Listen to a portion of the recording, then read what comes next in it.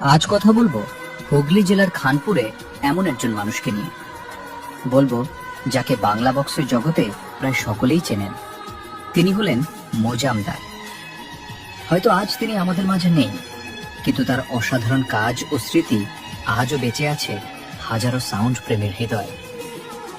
বাংলা বক্সের day setting কিভাবে করতে হয়, কিভাবে একটি শক্তিশালী বাংলা বক্স তৈরি করতে হয়, এসবের পথ প্রদর্শকদের একজন ছিলেন মোজামদার। তার হাত ধরেই বাংলা বক্সের জগতে নতুন এক অধ্যায় সূচনা হয়েছিল। পুরনো দিনের সেই সেটআপ, সেই অভিজ্ঞতা এবং তার অবদান আজও সবাই শ্রদ্ধার সঙ্গে স্মরণ করেন।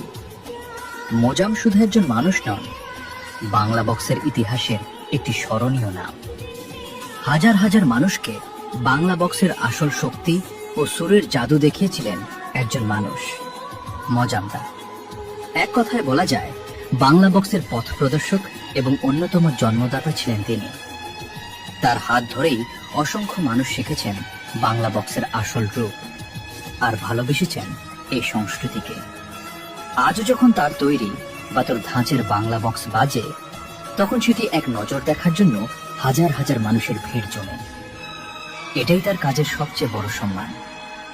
কিন্তু সবচেয়ে বড় দুঃখের বিষয়, যার অবদান এত বিশাল, সেই মানুষটি আজ আমাদের মাঝে নেই। তবুও তার সৃষ্টি, তার শিক্ষা এবং তার স্মৃতি চিরকাল বাংলা বক্স প্রেমীদের হৃদয়ে অমর হয়ে থাকবে। শ্রদ্ধাঞ্জলি মোজামদারকে। তার আত্মার শান্তি কামনা করি। সকলেই ভালো থাকবেন।